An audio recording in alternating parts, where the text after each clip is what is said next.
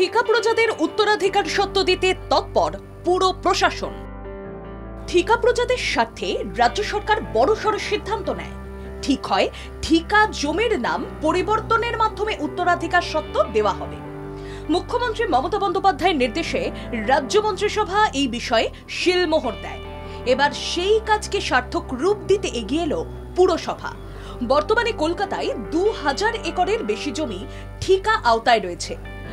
সেই সমস্ত জমিতে বাস করা মানুষদের অধিকার দিতে আন্তরিক রাজ্য সরকার। বস্তি এলাকার মানুষের আর্থসামাজিক উন্নতির জন্য রাজ্য সরকারের তরফ থেকে সেখানকার নাম দেওয়া হয়েছে উত্তরণ। এইসব এলাকার মধ্যে যারা বাস করেন তাদের অনিশ্চয়তা কাটাতে এই ব্যবস্থাপনা বলেও অনেকের অভিমত।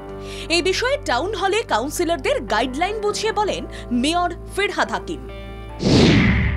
ঠিকা প্রজাদের অধিকার দেওয়ার কাজে এগিয়ে এলো কলকাতা পুরসভা।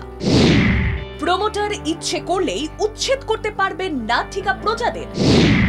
ঠিকা প্রজাদের উত্তরাধিকার সত্ত্ব দেওয়ার পাকা ব্যবস্থা পুরসভার। 1 থেকে 100 নম্বর ওয়ার্ডে ঠিকা প্রজারা উত্তরাধিকার সত্ত্ব পাবেন। ছুটির দিন বাদে যে কোনো সময় আবেদন করতে পারবেন প্রান্তিক মানুষ।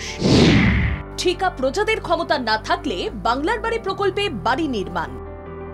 একাধিকবার টক টু মেয়র অনুষ্ঠানে ঠিকা প্রজা নিয়ে আবেদন জানিয়ে ফোন এসেছে। মেয়র জানান, সম্প্রতি রাজ্য মন্ত্রিসভা নতুন করে ঠিকা প্রজার উত্তরাধিকার সত্ত্ব দেওয়ার সিদ্ধান্ত নিয়েছে।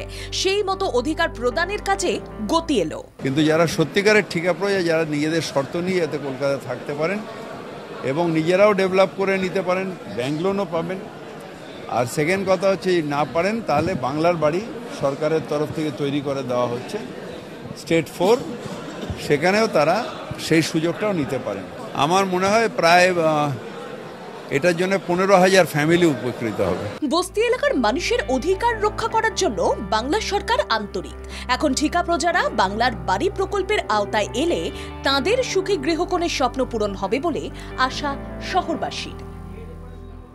ক্যামেরায় সৌমেন ঘোষালের সঙ্গে সুমিতদের রিপোর্ট, বাংলা জাগো।